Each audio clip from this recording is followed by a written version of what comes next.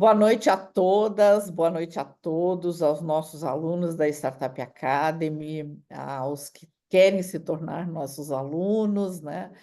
E a todos aqueles que se interessam, né, pelo tema das startups, pelo tipo de empresa que são as startups, e em especial pelos desafios também das startups, né? Hoje a gente vai estar tratando de um tema bem relevante, né? Que são contratos de mútuo, né? Uma figura importante na vida de uma startup é quando ela precisa, né, de recursos e vai ao mercado buscando um investidor anjo que seja, né? Ela se depara com a necessidade de realizar contratos, né? Então, essa é uma jornada, que ela é uma jornada bastante técnica, né? Até a gente tem vários desafios nessa jornada. O primeiro deles é efetivamente a gente captar o investidor, né? Depois que a gente captou o interesse desse investidor, ele viu o nosso plano de negócio, a gente perfectibiliza isso, né, num documento, né, onde tem lá os compromissos, né, que são assumidos pela startup em troca, né, desse investimento que é feito, né, por esse parceiro investidor, né? E hoje a gente está trazendo aqui uma pessoa que tem uma mega experiência nisso aí, né? A gente está trazendo o Alexandre Mello, né? Mello é uma pessoa que eu conheço há bastante tempo, né? Uma pessoa bem, vamos dizer assim, customizada, né, ao tema das startups, né? O Mello é graduado e tem mestrado em Direito pela PUC, aqui do Rio Grande do Sul. Depois ele fez um doutorado em Direito, né? Ele atua também ainda hoje como professor e palestrante. Eu conheci o Melo através da Venture, né, que é uma aceleradora. O Melo atuou, né, dentro da Venture, na parte jurídica da Venture, né, hoje é conselheiro dessa aceleradora. A Venture é a maior aceleradora do país, né? Agora, recentemente, semana passada, até a Venture ganhou o Prêmio Nacional da Amprotec como melhor aceleradora, né? Então, isso credencia, né, o Melo a ter algumas funções bem interessantes, como de, dentro da própria OAB, ser coordenador de um grupo de estudos em direito, na área de startups, ser membro da Comissão Nacional de Direito para as Startups da OAB Nacional, ou seja, é uma pessoa que vem, né, fazendo essa união, né, do conhecimento do direito para esse tipo tão específico de empresa que é as startups, né? Então eu convidei o Melo exatamente por isso. A gente tem sempre, Melo, uma preocupação dentro da Startup Academy de a gente não trazer a teoria pela teoria, né? E sim a gente trazer pessoas que fizeram e sabem fazer, né, em startups, né? E tu é bem esse caso, né? Então o nosso tema de hoje, né, é contratos de mútuo, né? O que que isso impacta na gestão da empresa e impacta mesmo, né? E através dessa introdução, quero te dar as boas-vindas, então, Melo, e dizer que o palco é teu, né? A partir de agora. Eu sei que tu tem também uma pequena apresentação ali para te guiar. Por favor, a gente tem 1 hora, né? Para a gente poder aí conversar. Tu faz a apresentação, depois a gente faz um bate-papo em função dessa apresentação. Bom, primeiramente gostaria de agradecer imensamente o convite da Suzana para estar aqui. Acho que a Startup Academy também é um ambiente super interessante, acolhedor, inovador. Acho que tem essa questão assim das coisas se conectarem, né? Então, fiquei muito honrado com o convite. Acho que de fato é uma deferência estar aqui, não é para qualquer um. Gostaria de agradecer também a Cláudia pela recepção. Me parece que a Startup Academy está vindo para mudar muitas coisas e eu me sinto muito honrado em participar dessa mudança que a Startup Academy está promovendo. Bom, meus caros, eu tenho uma trajetória profissional que se confunde um pouco com muito dessas questões ligadas ao direito para startup, como se vem se convencionando chamar essa área que lida com diversas questões jurídicas específicas para o ambiente de negócios rápido, volátil onde a inovação faz parte, a necessidade de conseguir estabelecer segurança jurídica num ambiente de muita mudança, de muita celeridade, como é o ambiente da inovação. Então, no que diz respeito a esse ambiente do direito para startup, essas premissas na quais os operadores, né, quem vai tratar disso tudo no dia a dia enfrenta, elas são a todo momento testadas. O que eu quero dizer com isso, então, que um contrato de mútuo conversível ele é uma criação fundamentada na prática e, a partir disso, depois, em alguma medida, regulada pelo legislador. Então, vejo como é importante, né, a necessidade da aplicação prática de algumas atividades para que a gente possa, depois, vir com a estrutura legal, o ordenamento legal, vem atrás, né, do dia a dia de quem trabalha com esse tipo de instrumento. Eu fiz aqui uma pequena apresentação mais como um guia para a gente passar em alguns pontos, mas, de fato, eu acho que o mais interessante é a gente conversar depois, como já propôs a Sandra, tá? Desculpe, a Suzana. Eu vou me permitir aqui compartilhar com vocês essa apresentação, tá? E se tiver alguma, vocês me avisem que se estão vendo direitinho, tá? Vocês estão vendo? Sim. Tá, perfeito. Muito bem. Bom, primeiro ponto que me parece importante, o contrato de mútuo conversível, né, e o contrato, o que que é? É como tu veste juridicamente um negócio. Então, por trás desse contrato tem um negócio acontecendo. E é importante a gente entender como é que é a dinâmica desse negócio. E o que se busca com esse negócio é o investimento em uma startup, mas, ao mesmo tempo, também, do seu ponto de vista da startup, o fomento para o crescimento e desenvolvimento dessas atividades. Então, vejo que é um instrumento, portanto, estratégico para ambos, tanto para o investidor quanto para o empreendedor. E aqui, essa é a mágica que acontece nesse negócio, que é a convergência desses dois interesses. Quem está investindo e fomentando a inovação e, ao mesmo tempo, quem está empreendendo e realizando a inovação. A partir disso, me parece importante a gente ter a compreensão de que esse contrato de mútuo conversível ele tem uma natureza híbrida, ele tem uma natureza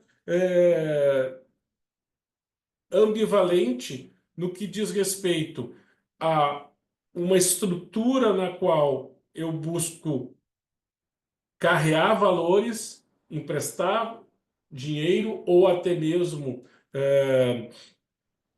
alcançar capital intelectual ou outro tipo de estímulo para a startup, conjugado também com uma possibilidade de conversão desses valores agregados em participação societária. Então, se de um lado eu tenho um contrato de financiamento, de investimento, ao mesmo tempo também esse contrato também se revela na medida em que, convertido esse investimento em participação societária, na relação de como que esse novo sócio vai ser tratado na startup. Então, o objetivo aqui é o alinhamento da startup que quer financiar sua operação, quer flexibilidade no que diz respeito à recepção de fomento de dinheiro, né, e também de capital intelectual ou outros recursos financeiros e não só financeiros para o desenvolvimento das suas atividades, como também, de uma certa medida, o adiamento desse ingresso desse sócio para o momento futuro, se isso tudo der certo. Então, se por um lado a startup ela tem essa possibilidade sem tanta burocracia de uma forma flexível de ter acesso a recursos, sejam eles financeiros ou capital intelectual, ou mesmo outro tipo de fomento para a inovação. Por outro lado, também para o investidor, se cria aqui um ambiente protegido na medida em que ele vai acompanhando o desenvolvimento dessa startup para, no futuro, se tornar eventualmente sócio ou acionista, né, ter participação societária, e com isso ter uma segurança a respeito desse retorno, desse investimento, no momento de realizar a eventual alienação futura dessa participação societária. A origem desse modelo de contrato é uma origem americana, né? E a partir disso ele foi tropicalizado, digamos assim, né, para o mútuo conversível, que seriam as notas conversíveis ou convertible notes do direito americano. No Brasil, isso já vinha sendo utilizado há algum tempo, até que, de forma a ter uma previsão legal, foi incluído entre os instrumentos, entre os contratos de financiamento previstos lá no marco legal das startups. Então, sob o ponto de vista assim, da fundamentação legal, sob o ponto de vista do regramento legal, existe a previsão legal desse contrato em específico, que é o contrato de mútuo conversível. Tá? Agora, a partir disso, pontos que me parecem importante destacar desde o começo é que se eu estou recebendo, como empreendedor, um aporte de capital ou um aporte de capital não intelectual, de capital não financeiro, capital intelectual, esse aporte ele corresponde a uma possível conversão em participação societária, e em razão disso, desde o momento inicial, se traz aqui a discussão, afinal de contas, qual é o valuation, qual é o valor desse negócio para fins de parametrização do aporte que eu estou recebendo, material ou imaterial, e quanto de participação isso pode ser convertido.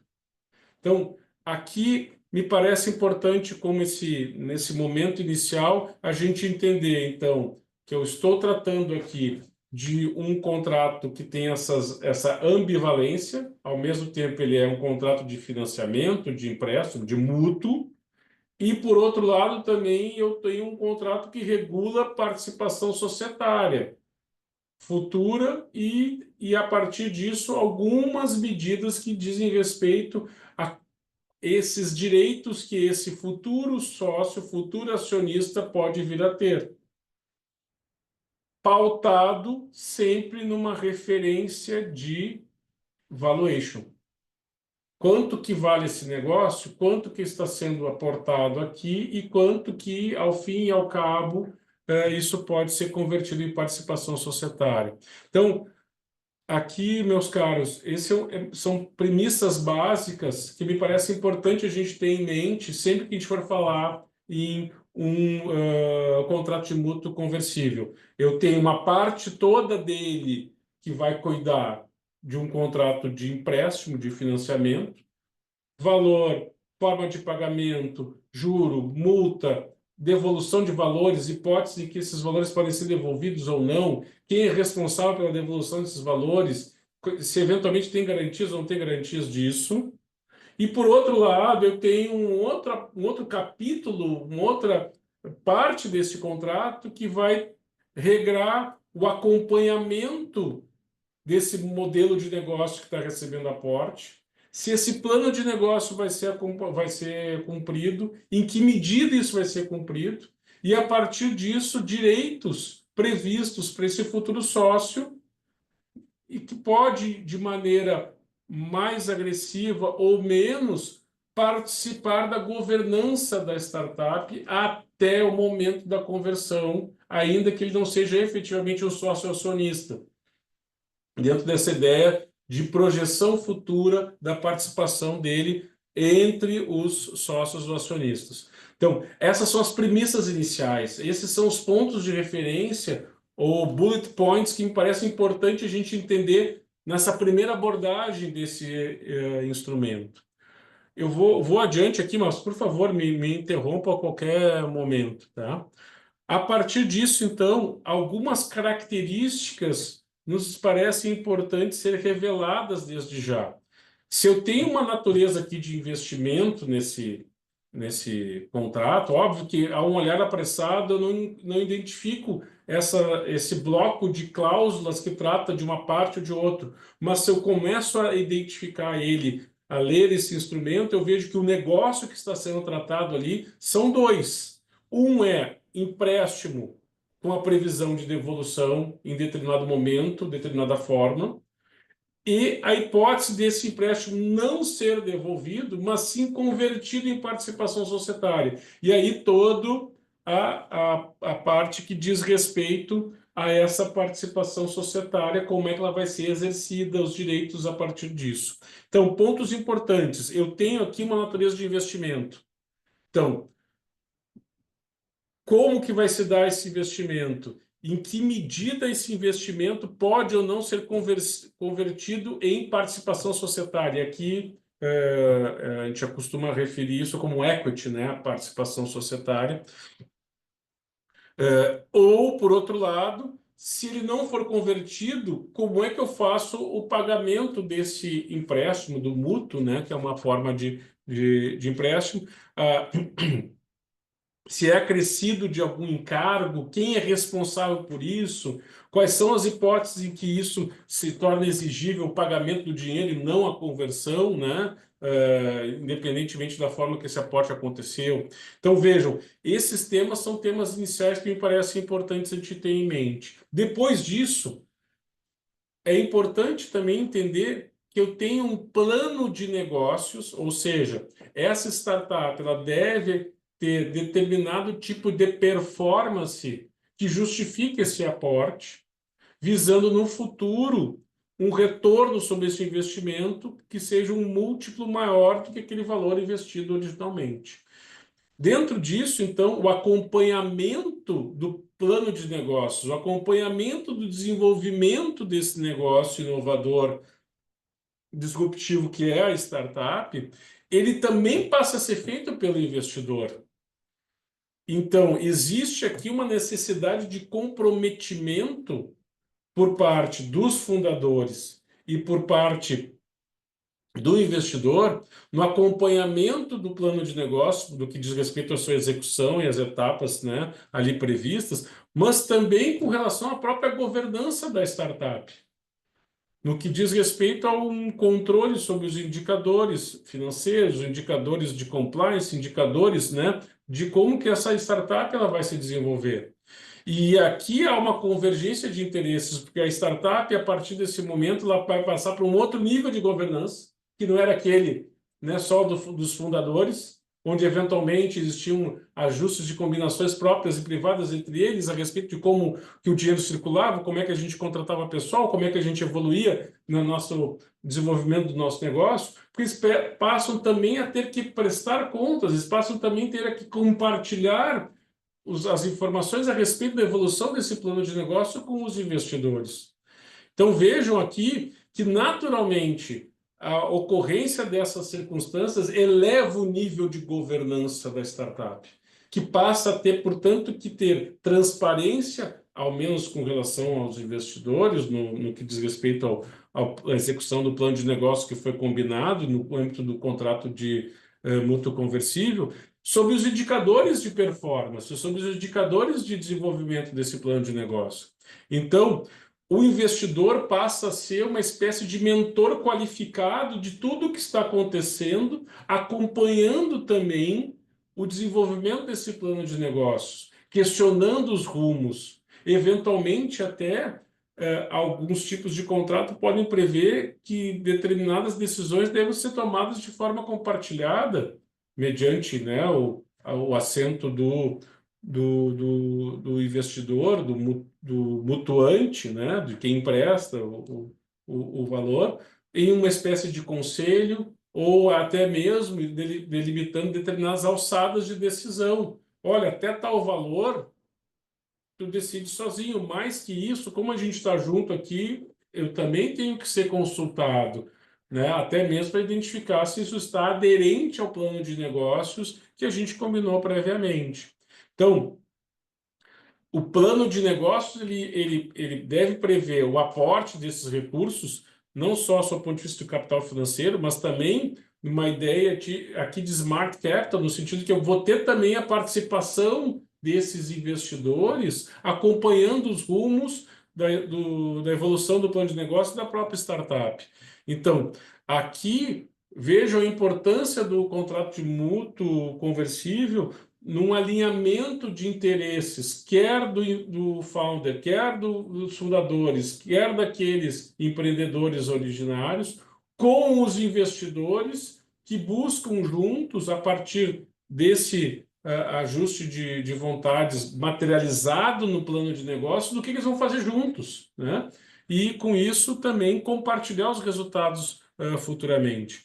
Então, a partir daí, me parece que uma outra característica importante é a gente ter clareza a respeito de quais são os eventos que vão acionar a conversão do que era um débito em uma participação societária. E aqui, vejam que interessante isso. Por que se usa esse instrumento? Porque se é a forma que eu tenho, como empreendedor, de buscar recursos financeiros que a minha startup pode, que necessita para crescimento, mas também de ter ao meu lado um investidor qualificado, um mentor que vai estar junto comigo, um co-participante no desenvolvimento da startup, mas que, no fundo, vai se tornar um sócio, um acionista da startup também. Então, vejam aqui a importância de se entender. Se eu fosse buscar recursos numa instituição financeira tradicional, eu ia estar trabalhando numa relação só de débito, né? Que a gente comumente faria aqui uma forma de fomento a partir de uma constituição de um débito, né? Em que eu teria que dar garantias bancárias, eu teria que ter um laço patrimonial, eu teria que ter fiadores, etc. e tal, numa situação de financiamento, de fomento à inovação mediante aí recursos tradicionais. Por outro lado, se eu troco isso, ao invés de ter uma dívida com o banco, por participação societária no negócio que eu entendo que vai dar certo no final, eu consigo ter acesso a valores mais interessantes, com menor o valor de encargos, né, com acréscimos menor, e ao mesmo tempo também sem sufocar ou matar a própria startup, na medida em que os empréstimos bancários teriam aí exigências que a própria startup não poderia fazer frente, né? Já que se trata, obviamente, de um negócio inovador que não tem um histórico de financiamento, não tem aí um score de relacionamento anterior, ou até mesmo garantias patrimoniais que o mercado tradicional de financiamento exigiria, mercado, né, financeiro exigiria para emprestar dinheiro para um negócio inovador como é uma startup, em que eu não tenho ainda, né, um modelo de negócio consolidado capaz de identificar se efetivamente vai dar certo. Então, a partir disso, eu tenho no contrato de mútuo conversível a junção desses dois elementos. Eu tenho a parte do débito, né, da parte da criação do contrato de financiamento, de empréstimo, mas ao mesmo tempo a possibilidade de se converter em participação societária. E aí, para quem investe, também ter um múltiplo desse valor muito maior do que talvez emprestasse, usasse esse dinheiro no mercado tradicional bancário, né? Então, vejam que há uma convergência de interesses aqui, verdadeira hipótese de ganhos recíprocos por todos os envolvidos. Mas para que isso ocorra, é importante a gente entender claramente o que a gente está pactuando no que diz respeito aos eventos de conversão. Quando que eu deixo de ter o débito e passo a ter um sócio? Quando que, ou um acionista, né, no caso de conversão em SA de uma lita. Então, vejam, a determinação do evento de conversão ela é importante. Tem que ter uma clareza aqui quais são as hipóteses em que vão deflagrar a conversão do que era débito em participação societária. Então, via de regra, o que se identifica é Próxima, uma outra rodada de investimento pode eventualmente acionar uma cláusula de conversão. Um evento de liquidez que ocorra, né, de algum outro investidor queira, né, comprar uma participação também da startup, e a partir disso tu tem o vencimento do próprio prazo do mútuo, né? E que em tanto tempo, se não ocorrer o pagamento ou não ocorrer alguma dessas hipóteses, eu converto pelo decurso do prazo em participação societária. Então, essas características, meus caros, me parecem importantes de ter em mente sempre. A natureza natureza de um contrato, se trata de um contrato de investimento, eu tenho que ter alicerçado, amarrado um plano de negócios para acompanhar isso tudo, tanto pelos empreendedores quanto pelos investidores, e ao mesmo tempo ter uma clareza a respeito dos eventos de conversão. Quando que eles vão ocorrer, de que forma que eles vão ocorrer e como é que eu entendo que isso deve ocorrer da melhor maneira. Tá? Além disso, eu tenho uma necessidade de me preparar para um nível de governança que eu não tinha antes, porque agora eu começo a ter investidores que vão se tornar sócios ou acionistas que querem participar das decisões e acompanhar também o desenvolvimento da startup por meio do acompanhamento do plano de negócios pactuado. Então, vejo que como é importante aqui a gente ter uma ideia clara que o nível de governança que antes era restrito aos empreendedores, ele começa agora a ganhar outro patamar. Eu começo a ter uma exigência que eu não tinha antes, uma maturidade para lidar com investidores, uma maturidade para entender que esse investidor eventualmente pode ter um poder de veto em alguma decisão.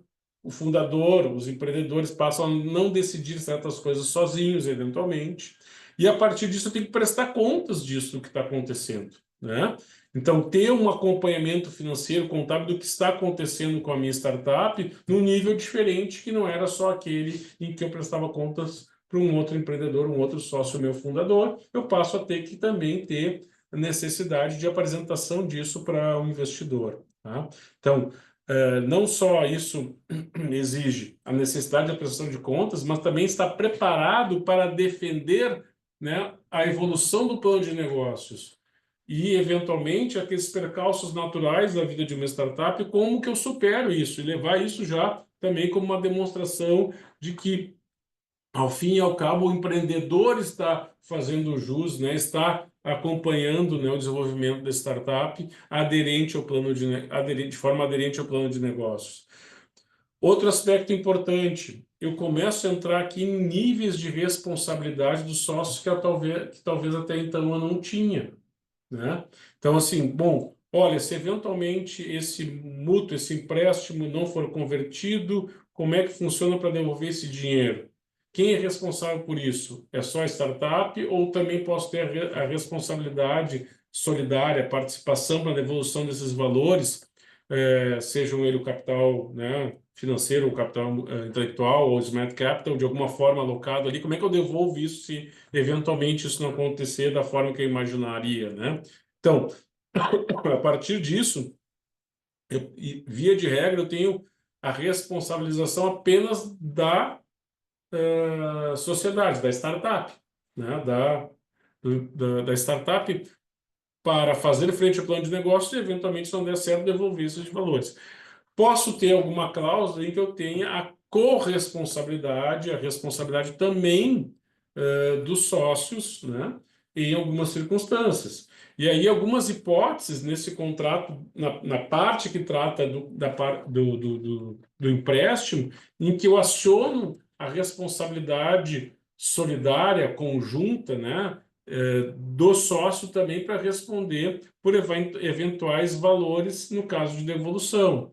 Ou até mesmo regrar, né? Olha, se eventualmente o dinheiro está sendo investido aqui não for aplicado no plano de negócios, não for aplicado no que a gente combinar, se ele tiver se transformado em alguma coisa que não é o que a gente combinou, eu posso ter hipóteses de falta grave por parte do sócio e multas que sejam inseridas para a devolução desses valores.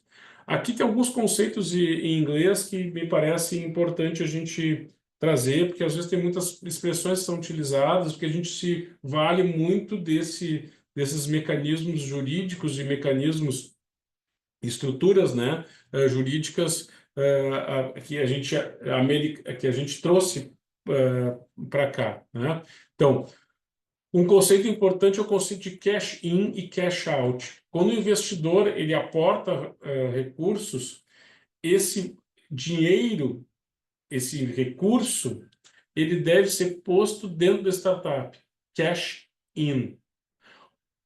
E normalmente o investidor não quer que esse dinheiro seja distribuído revertido para o empreendedor, porque a startup não está pronta ainda para começar a distribuir resultado. Se esse dinheiro vai para a startup e depois sai para o empreendedor, eu estou falando aqui do cash out. Então, pode ser que tenha, em alguma medida, alguma cláusula naquela parte que eu estou tratando de um contrato de investimento, de obrigação do dinheiro ser todo investido no plano de negócios, ou seja, cash in, o dinheiro todo dentro da startup, sem possibilidade de ele ser redistribuído para os sócios, ou seja, cash out. O dinheiro, então, é para ser aportado para o crescimento e desenvolvimento da startup. E, eventualmente, aqui se pode ter alguma discussão a respeito disso. Claro que tudo negociado, tudo combinado, não há problema. Pode-se combinar a parte de uma forma, a parte de outra, mas é importante estar atento a isso. Não imaginar que esse dinheiro está aportando como remuneração ao empreendedor, porque se entende que a startup não está nesse momento de distribuir resultado. Tá? Bom, outras questões importantes. Se eu vou converter depois essa participação, esse valor em participação societária, esses aportes, sejam de capital financeiro, capital intelectual ou smart cap, enfim, o que for, eu vou converter em participação societária, eu tenho que estar entendendo aqui que eu vou passar por um momento em que eu vou ter mais sócios ou mais acionistas que vão acontecer. Via de regra, o que se prevê nesses contratos é, nessa oportunidade da conversão, a transformação de um modelo societário de sociedade limitada em um outro modelo societário que é a de sociedade anônima. Tá? Via de regra, os investidores preferem isso. Por quê?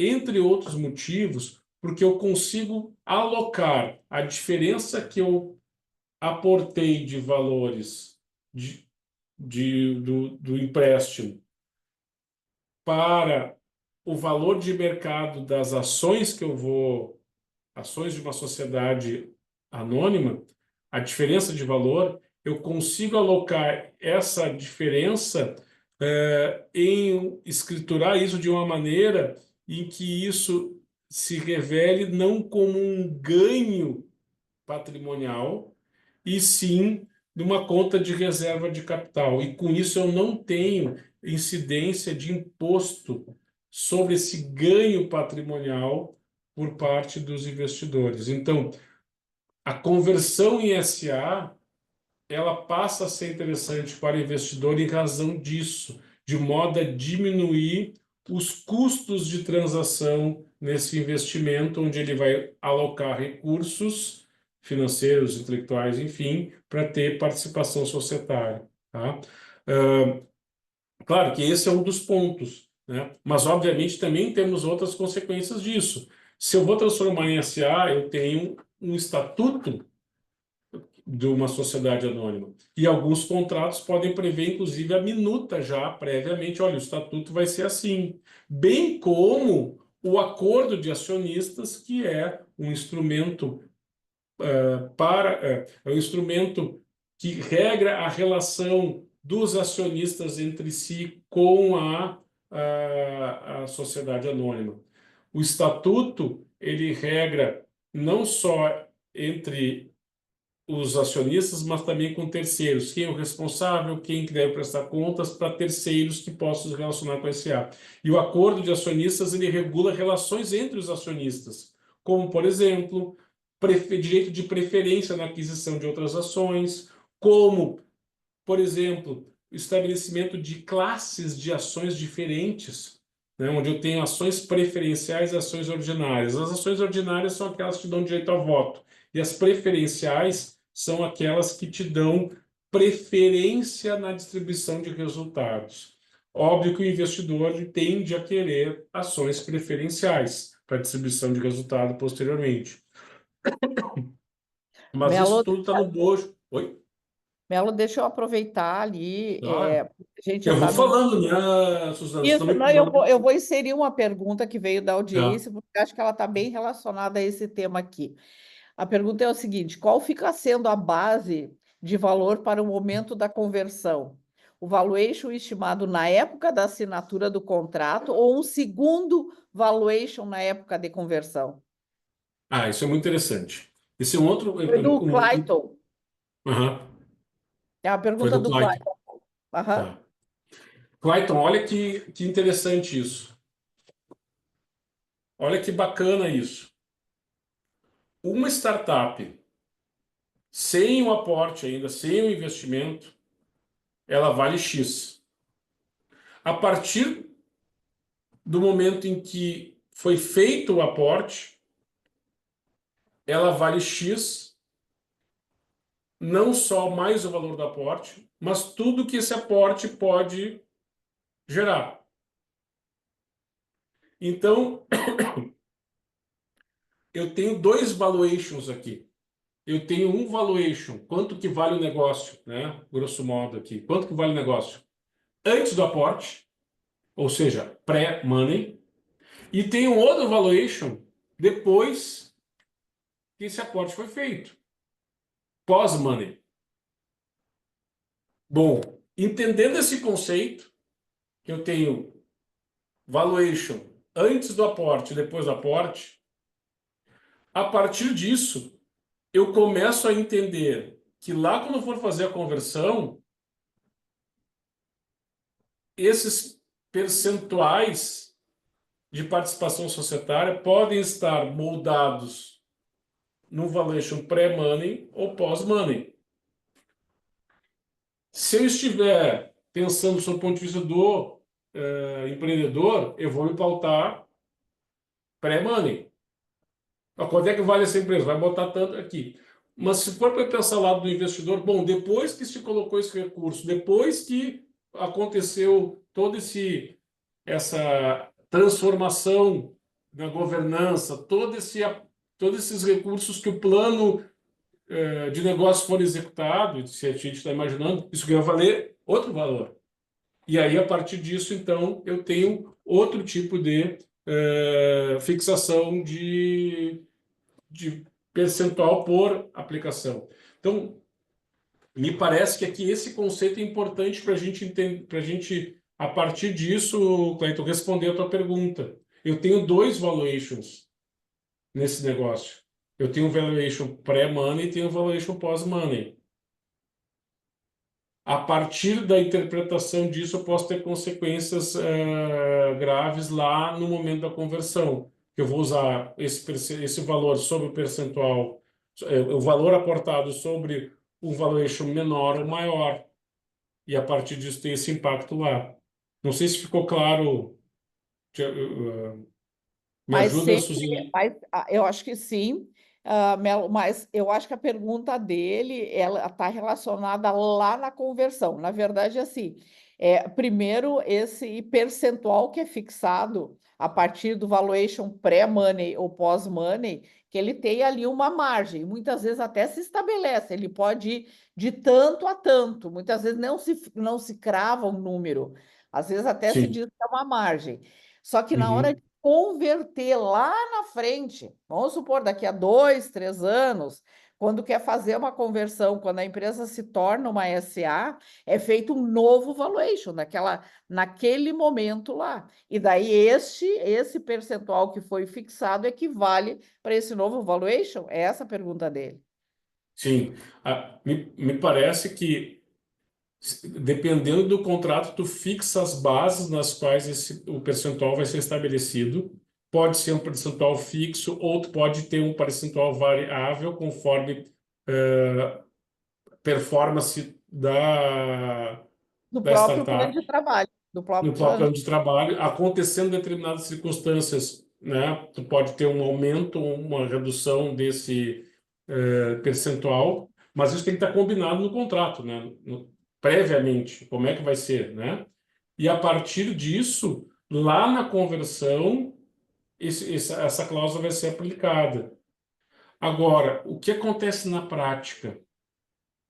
Acontece na prática que não necessariamente tem um investidor, um contrato de mútuo conversível. Tu pode ter mais de um ao longo do tempo e, eventualmente, investidores posteriores podem exigir readequações em contratos já pactuados. Então, a partir disso, tu vai ter hipótese, tu vai ter situações de eventual diluição ou ajustes desses percentuais previamente pactuados para acomodar novos investidores. Há uma necessidade aqui de vou chamar aqui de recap, né? Tem um cap table, tu vai ter que fazer um recap dele, adequar isso eventualmente no futuro, porque tu pode ter mais de uma rodada de investimentos e mais de um contrato de mútuo para serem convertidos. E Por aí tem isso, uma né, ajuste disso, Por isso, né, Mela, né? o contrato de mútuo e na hora de a gente pactuar, né, e buscar o investidor, uma das questões chave é a gente buscar efetivamente o dinheiro que a gente precisa, né, porque sempre o dinheiro está relacionado a um percentual de cota. E lá na conversão e numa outra rodada, a gente está com o chamado cap table limpo, né? Ele é extremamente relevante para a startup. Então, as cláusulas que tu coloca no mútuo, o grau de flexibilidade e até ter a possibilidade de estar pactuado esse recap, né? Que é onde você está entrando um mega sócio estratégico, extremamente importante para bombar no mercado. E ele está pedindo lá um percentual de cota que tem que acomodar todo mundo. De repente, o fundador, os próprios sócios, investidor, todo mundo se ajeita, é como ajeitar as melancia para Precisa. poder caber isso dentro e isso ser um ganha-ganha para todo mundo. É isso, né, Melo?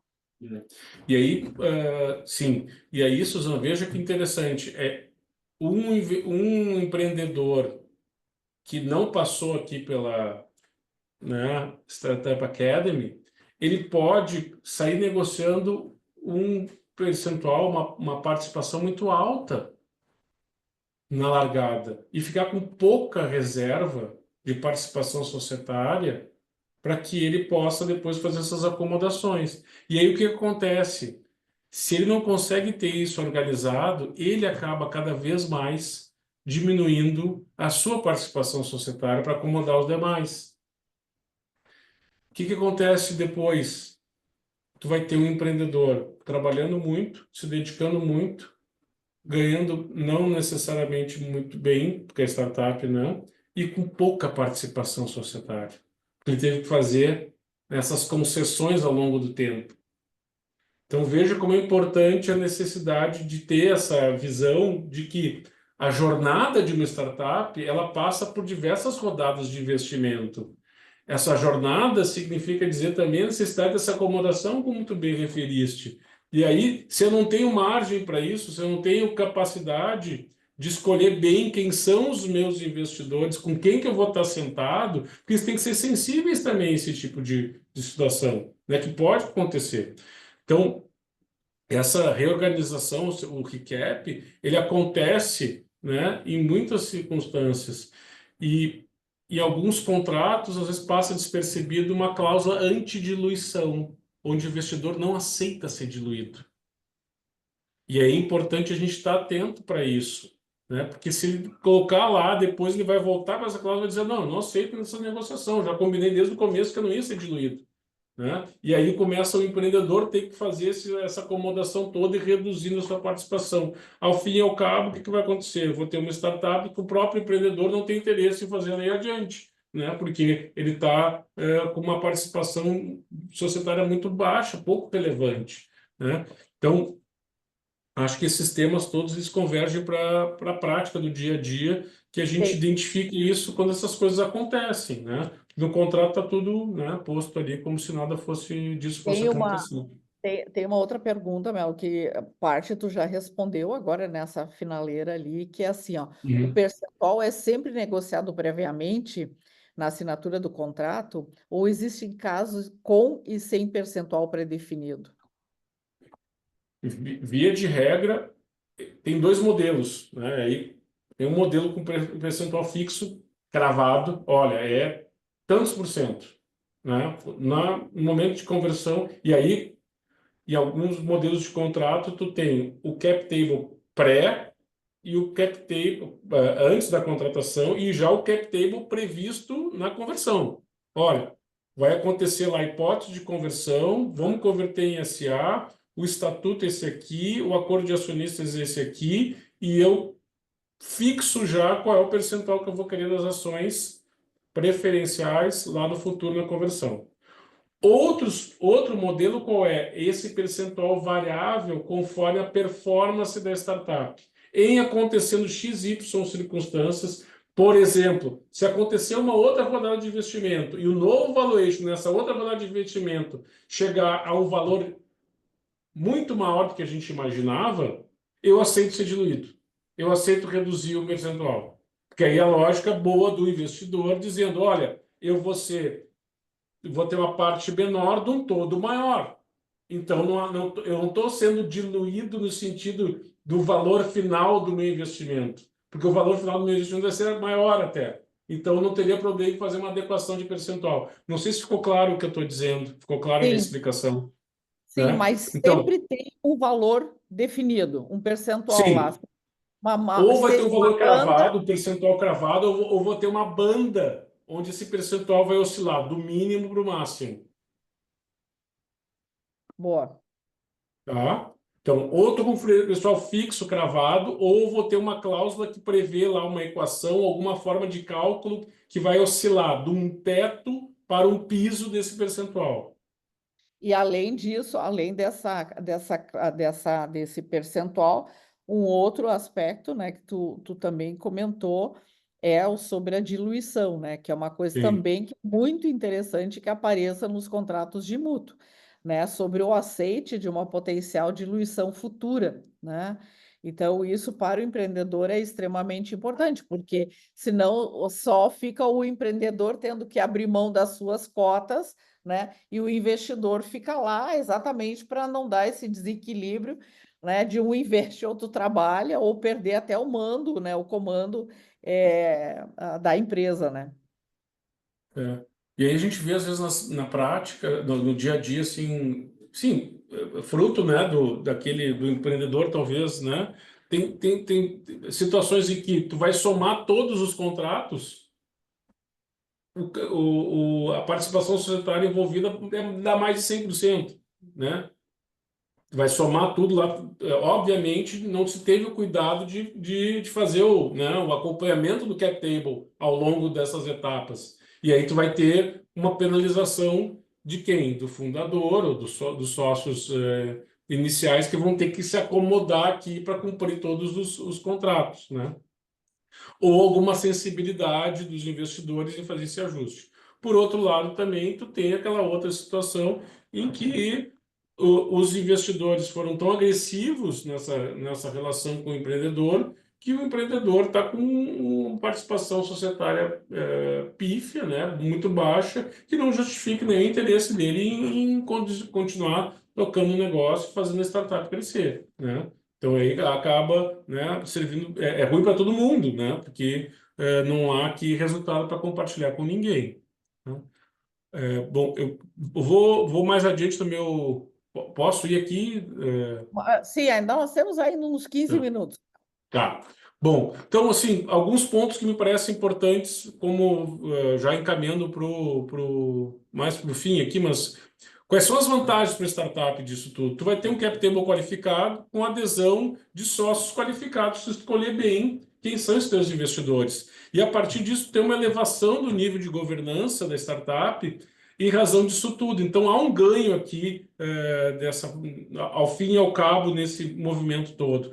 E mais do que isso, eu tenho condição aqui de acesso a recursos, quer financeiros, quer capital intelectual, quer conexões e relações que esse investidor pode propiciar. Então, isso tudo eu consigo com custo baixo, de forma flexível, se eu negociar bem esse contrato de mútuo conversível, de modo a ter aqui um processo simplificado e menos burocrático para isso, né? Do que se eu fosse buscar recursos em outros lugares. Então, essas são as grandes vantagens para a startup. Por outro lado, para o investidor também, ele não é sócio, não está exposto aos riscos de uma sociedade, mas ele tem a garantia da conversão futura se o negócio der certo.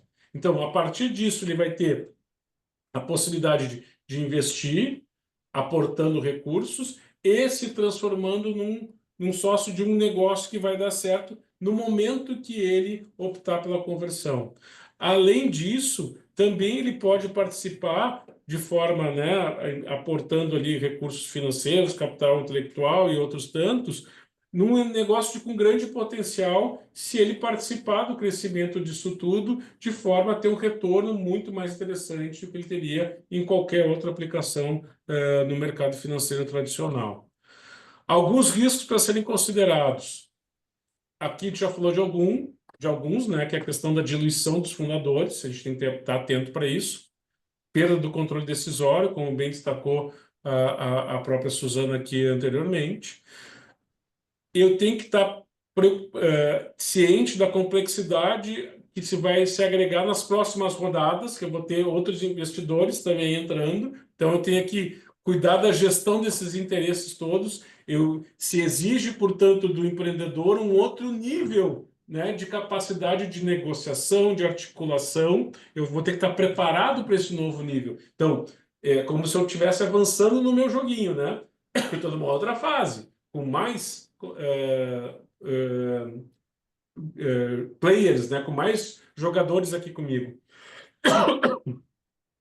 Além disso, eu tenho que estar muito atento para o plano de negócios. Porque daqui a pouco, se o plano de negócios começa a não performar da forma planejada e começa a ter problemas de faturamento insuficiente após a aplicação desses investimentos, eu começo a ter necessidade de outras aplicações, de outros investimentos, e aí, se eu não estiver bem articulado e preparado para isso, eu começo a criar aqui uma roda viva, onde eu começo a não ter mais fôlego para fazer isso acontecer. Então, é importante estar atento para o plano de negócio sempre, tá? Esse é um risco porque ao invés de eu ter um problema só com o meu sócio originário aqui, eu começo a ter problemas também com os meus futuros sócios, são os investidores, tá? Para o investidor, riscos e considerações. O risco de insucesso da startup, que é um risco inerente a qualquer negócio inovador, disruptivo, né?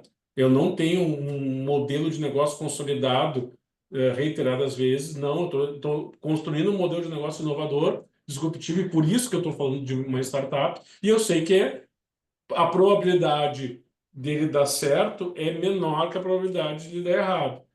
Mas isso não significa dizer que se eu não tiver com as pessoas certas, com um plano de negócio adequado e todo momento acompanhando, a minha probabilidade de dar certo aumenta. Então, aqui há uma necessidade do investidor também acompanhar o plano de negócio e a própria startup. Só colocar dinheiro e ir embora aumenta o risco de dar errado, né? Então, além de colocar dinheiro, essa participação ela me parece importante. E aí o investidor tem que estar atento também para fazer due diligence, ou seja, uma auditoria mínima de onde é que está sendo aportado esse dinheiro, né? Quem são os sócios? Eles têm outras atividades que podem trazer algum tipo de divergência para os objetivos da startup. A startup em si tem ali alguns riscos financeiros, jurídicos, tributários, trabalhistas, enfim, quais são os passivos aqui envolvidos, né? Como é que eu contingencio isso? Para eu entender com quem eu estou negociando e onde é que estou aportando esses recursos. Da mesma forma, o outro lado da moeda também é verdadeiro. O empreendedor também tem que estar pronto para receber perguntas a respeito da sua capacidade de desenvolvimento do negócio, estar pronto para receber uma auditoria, uma due diligence, né, mínima, no sentido de saber que a sua empresa tem condição de receber esses recursos e ter novos sócios no futuro. E a partir disso também está atento, né, tanto um quanto o outro, para a governança da startup no que diz respeito à prestação de contas, no que diz respeito às melhores práticas do mercado.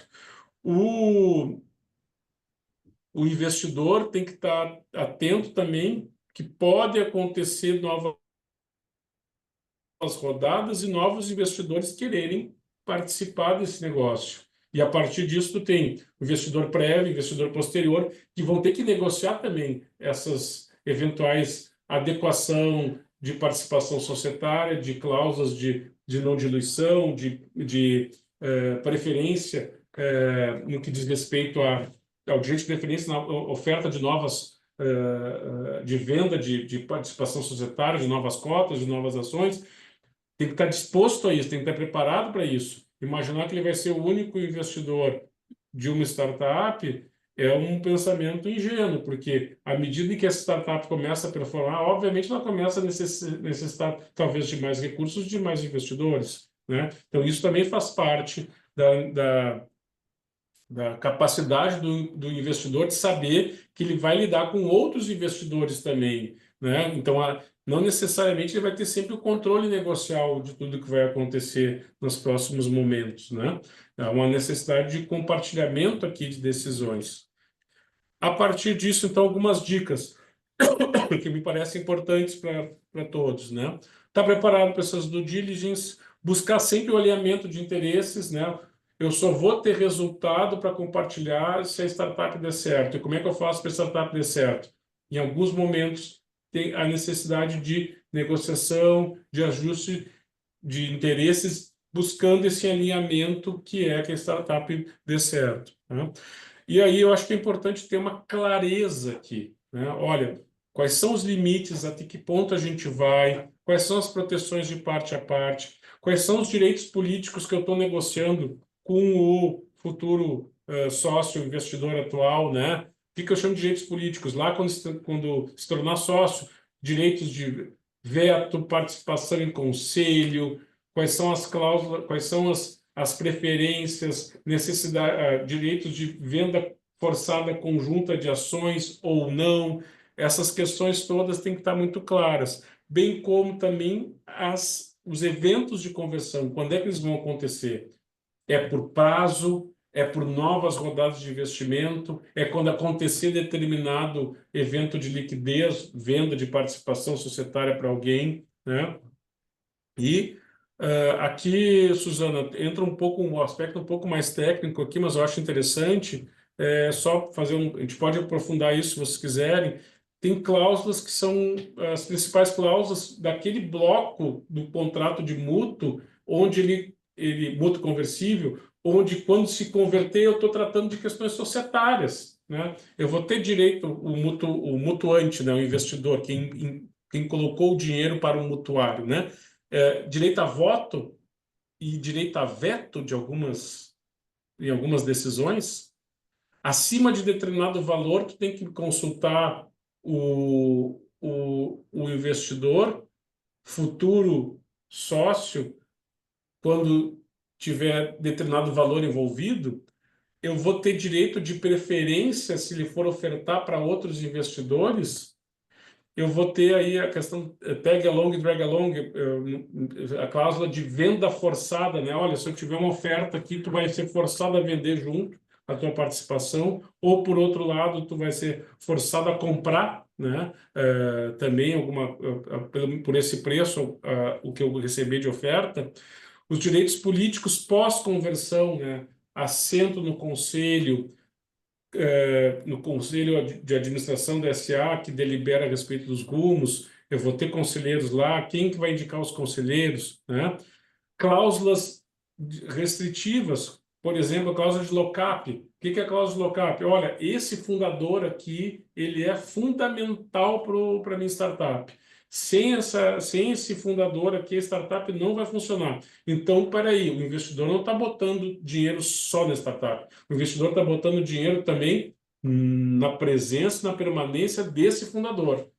E aí o investidor pode dizer, olha, eu preciso eu só vou adiante se eu tenho compromisso, tiver o compromisso que esse fundador aqui ele vai ficar um determinado período vinculado a esse negócio. Porque se eu botar o dinheiro e em poucos meses ele sair, se perde esse investimento. Então, a cláusula de lock-up é uma cláusula em que o investidor pode exigir a permanência do determinado empreendedor por um determinado prazo, um determinado tempo, determinadas condições, porque ele é fundamental, ele é estratégico para aquela startup alcançar os objetivos que a gente deseja. Além disso, ele pode sair e ele pode abrir uma startup concorrente. Eu posso exigir, então, que ele tenha ali cláusulas de não concorrência, não aliciamento de colaboradores, não aliciamento de fornecedores, não aliciamento, inclusive, de clientes, né, a partir disso. Então, essas cláusulas de restritivas, né, concorrenciais, podem ser também objeto de regramento no que diz respeito à parte da conversão da parte societária, né, do contrato mútuo conversível. Além disso, posso ter a exigência do acordo de sócios, o acordo de acionistas previamente estabelecido. Olha, quando a gente converter, é esse aqui o acordo que a gente vai ter, regrando essas questões todas. E aí, volto aqui a tratar, né, como a gente já destacou, bem lembrado também pela própria Suzana, é as cláusulas de anti-diluição, né, de não diluição em rodadas futuras. Pode ou não ser objeto de discussão, e aí o que é o down around? Ele não aceita baixar desse patamar previamente estabelecido de participação societária, e aí estabelecer essa cláusula de proteção, né, para o investidor. Meus caros, era esse aqui no roteiro que eu tinha para falar, né? Mas eu não sei se eu gosto muito do tema, então não sei se tem alguma outra questão que a gente possa aqui ajudar, colaborar e fico sempre à disposição para bater um papo sobre esse instrumento. Para mim é muito rico e transformador do mercado de startups, do direito da startup, do mercado de startups, do ecossistema de startups no Brasil. Assim, Melo, eu tenho certeza que tu deste uma contribuição, né, bem incrível, até porque tu fala de uma forma muito clara, né, e muito tranquila também, assim, sem a preocupação, né, vou estar entregando tudo aqui, né, eu como advogado, né, tu é uma pessoa tem essa abertura. Né? E eu vou fazer uma propaganda do Melo aqui, né? O Melo é um advogado da minha startup também, né? O Melo é uma pessoa que eu tenho, muitos de vocês sabem, eu tenho uma outra startup, que é uma startup de biotecnologia. O Melo é o nosso conselheiro jurídico, né? É o nosso advogado. E foi uma pessoa imprescindível, e está sendo, né? A nossa startup, ela teve uma primeira rodada de investimento por uma sociedade de cotas, que foi lá em 2021. Agora, há pouco tempo, a gente finalizou uma rodada de cotas anjo, né? E o tempo inteiro, o nosso grande desafio é cuidar do cap table, né? Fazer um bom valuation, né? Porque o bom valuation é aquele que, de um lado, atenda né, às necessidades da startup, mas, ao mesmo tempo, né, a gente consiga preservar cotas também, né? E o Melo tem nos acompanhado aí nessa jornada, né? Então, é uma pessoa que tem um conhecimento assim notório, né? E eu tenho certeza que se vocês precisarem de alguma ajuda, busquem uma pessoa como ele, porque é uma pessoa que é especializada, já fez muito, né? Para vocês terem uma ideia, os nossos contratos de mútuo hoje, dentro das coisas que o Melo falou, nós fizemos a última rodada aí com cotas individuais de 60 mil, né? Então, essas cotas individuais todas têm que ser assinadas por todo mundo, né? Então, vejam o quanto que isso tem que estar, a governança que a gente tem que ter, o alinhamento com o plano de negócio, né? O próprio diálogo com todos esses cotistas, né? Para que a gente possa, quando dispara e quando bota lá na plataforma para assinar, todo mundo tem que estar ciente que a gente está numa rodada, que a gente está captando, para que nós estamos captando, que cada um daqueles centavos tem destino dentro da startup, como é que vai ficar o nosso cap table, todo mundo sabe e está na mesma página, né? Então, assim, acho que tu deste uma aula hoje, né, Melo, sobre isso. Te agradeço aí imensamente aí, deixo contigo aí as últimas palavras. Suzana, eu que agradeço a oportunidade de estar aqui. Para mim, volto a dizer, é uma honra. Eu acho que quando tu me fez o convite, eu disse assim, eu tô indo por ti, né, Suzana? O que que tu quer que eu faça, né? Porque a gente confia muito, tem essa reciprocidade, né? E agora, depois que eu fui entender também onde é que eu tô, né? Eu acho que também é uma honra para mim estar participando desse movimento aqui da Startup Academy. Então, eu fico muito à vontade, muito satisfeito, honrado pelo convite. Fico à disposição. Eu volto a dizer isso, eu falo de temas que eu gosto. Para mim é um prazer estar aqui. Da mesma forma, se tiver alguma outra questão que um dia no futuro surja, tu também à disposição sempre. Para mim é prazeroso fazer isso, né? E eu gostaria que todos tivessem essa mesma vibração quando fossem fazer qualquer tipo de negócio, de estar, né, o negócio juridicamente bem vestido, de modo a não ter depois dor de cabeça e esses problemas todos, né? Então, assim, volto a dizer, para mim é um prazer estar aqui. Suzana, sempre que tu me chamar, tu já sabe que tu vai ter sempre um sim, né, para qualquer coisa. E ao mesmo tempo também, pessoal, e aí a responsabilidade da Suzana, né? Vocês gozam desse mesmo acesso, que eu puder ajudar, é sempre um prazer para mim conversar a respeito desses temas e poder colaborar com o desenvolvimento do empreendedorismo, das atividades de vocês. Tenho certeza que vocês vão ser é, craques aí nessa formação toda que a Startup Academy vai ser um diferencial, de fato, de tudo isso que vocês estão recebendo. Obrigada, obrigada, Melo. Obrigada a todos vocês que estiveram conosco hoje. Essa talk fica gravada, de qualquer maneira, né? Então, a gente tem muitos alunos que assistiram hoje, a gente teve a participação de alguns até no chat, mas ela fica gravada, né? Então, ela faz parte lá do acervo, né, das aulas dos nossos alunos. Aí eu tenho certeza aí que tu deste uma contribuição super grande. Obrigada, Melo, de novo. E boa noite a todos vocês. Obrigada, Clau, pelo apoio. Obrigado, boa noite, bom descanso.